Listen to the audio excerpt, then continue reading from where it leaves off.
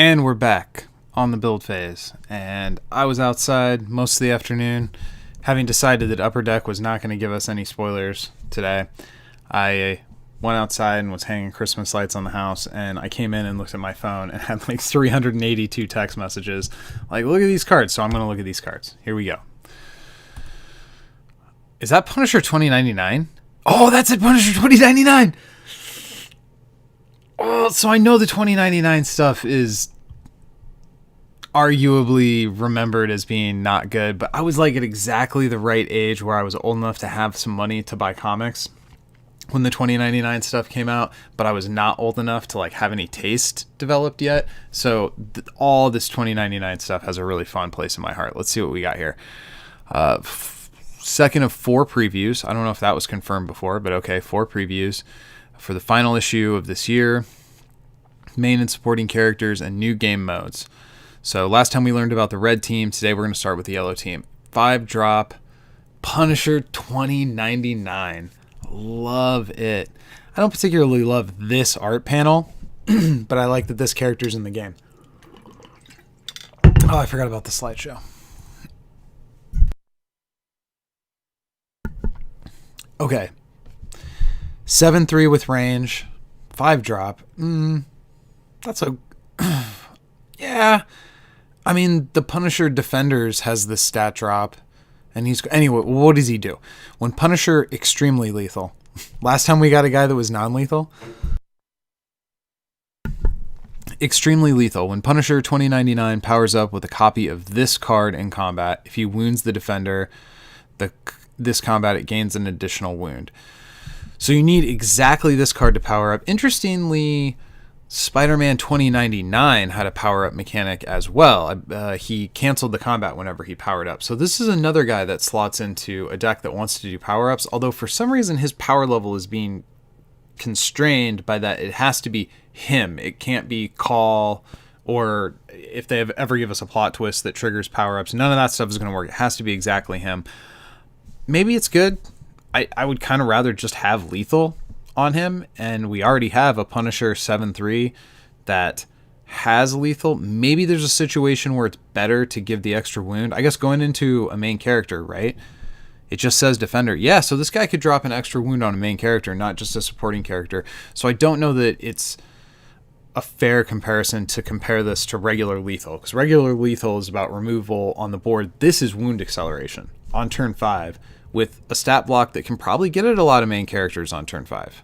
Not all of them. I mean, there are definitely going to be guys like Nimrod, who's been on my mind lately, who's an 8/8 if they level up, and he could trigger, but that's pretty good. I mean, you have to have the power up.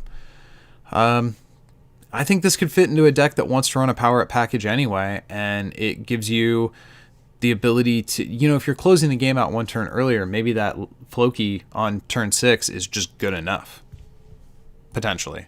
So I think that seems pretty okay. I kind of like that. I want to play with it, although I'm not totally sure it's going to be competitive. Part of what's holding him back is how big is this team going to be. Yes, he can wound main characters. Oh, okay. It's not called barely lethal. That's funny, I guess. Okay, so the team leader of the yellow team. Now remember, the yellow team's evil. I don't know if that's going to be relevant here, but he has a stat line that looks very similar to the red team leader, Collector. Team up. Every supporting character on your side is also yellow. That's good. That's a relevant power. Welcome to Battle World. At the start of your main phase, Grandmaster gains 1 XP for each yellow character on your side. So your opponent has no control at all over your level up. I like that. And he makes it so that every single character on your side will grant XP. So let me think. If that's 1 on turn 1, we'll have 3 on turn 2, we'll have 6 on turn 3, 7 on 4. So you could be leveling up like turn 5, 6 if these characters, and it's at the start of your main phase. So as long as you're recruiting on curve, he's going to level up turn 5, 6, somewhere in there, as long as you don't miss. I guess you could ramp. If you're playing ramp, he could level up faster, which you might have to, because that stat block does suck. So what does he become? Contest of Champions. Reaction. Pay a blue or yellow or red. At the end of the enemy turn, reveal the top card of the Battle World pile. I bet this doesn't tell me what Battle World does. The game enters that domain. Oh, wow, that's a lot of words. Respect your elder. So 0-10. Okay, cool, whatever. Pay a green. Grandmaster gains Elder of the Universe. So if he gets wounded, he doesn't get... That's pretty good for a main character. So he's got 6 health. His defense becomes respectable at level 2. And then he has the ability to just be like, nah, you can't wound me. And I mean, if you're going to wound this guy outside of combat, like, what are you doing for that? 10 -1 counters? That's a lot. I guess maybe Ghost Rider could do it once upon a time. So I guess we're going to have to look at... Oh, wow, look at all these words. So we don't know what Battle World is, and we don't know what Domain is. What does that do? What is happening? A general note about new game modes. Unless a player is playing this Grandmaster main character, these game modes are optional and must be agreed to by the players before the game starts. Of course, there could be a featured format or specific tournaments that highlight these new game modes, but for the most part, these are optional ways to play. So this is going to be... Is it Ghost Spider that has the ability to jump into another game? But, I mean, in tournament play, that doesn't matter at all because nobody's ever going to agree to it. Dive into our Battle World. Okay, here we go. So this is 2 players. Battle World is a patchwork of planets created by various cosmic entities over the years with various lands or domains on it. There's 12 domains in this issue. Set up, you shuffle the 12 domains and have a pile between the players. The rule, when a defending main character gets wounded, reveal the top domain. The game enters that domain, so the effects are now applicable. The game stays in that domain until the next time a main character gets wounded. Then we leave that domain. Presumably, yes, we enter the next one. You put it under the discard pile next to the pile. What happens if there's no domains? If you run out of domains, you just shuffle it and make a new pile. Domains aren't in play. Okay, so let's look at some of these domain cards. Technopolis. All characters have genius. Oh, that's fun. I like that. Zombie Apocalypse. At the start of each player's turn, they may put a supporting character from their KO pile into play. It has zombie at the start of its name. This is fun too. Okay. Weird World. A place that can never be fully known. At the end of each player's turn, they may put any number of supporting characters on their side into their resource row face down. That is weird. At the start of each player's turn, they draw a terrain city card and replace it. Oh, wait, hold on. Do we know what that means? I don't know what that means. Okay, so... I don't even know where to start with this. So, unless a player is playing Grandmaster, these game modes are optional. So, this is a Battle World game mode, and it just affects the way 2 players play against each other. And there's going to be 12 of these location cards. They flip up, they do whatever they do until the acceleration mechanic happens, which in this is laid out as being a main character being wounded, but there could be anything. You know, you could errata that to say every turn a player gets, or every other turn we get a new domain. So I think that's all cool. I do think there's competitive applications to that, but that mostly sounds like a, hey, let's have a really wacky house rule kind of thing. This does sound really cool, but okay, so when Grandmaster is playing, then you have to play Battle World, but does that happen? I guess I don't understand. It doesn't seem to me like there's anything that puts these domains into play other than the Contest of Champions power, unless the players agree to play with domains in play.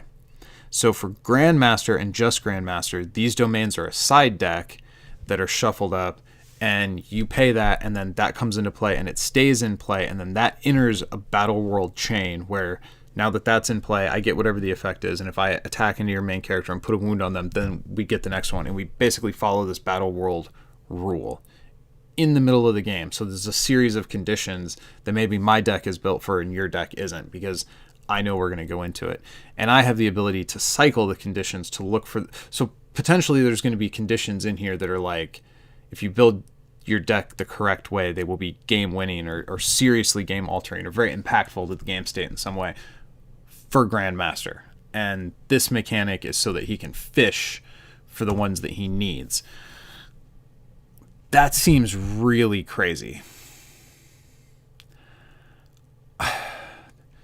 So that's a side deck of 12 cards.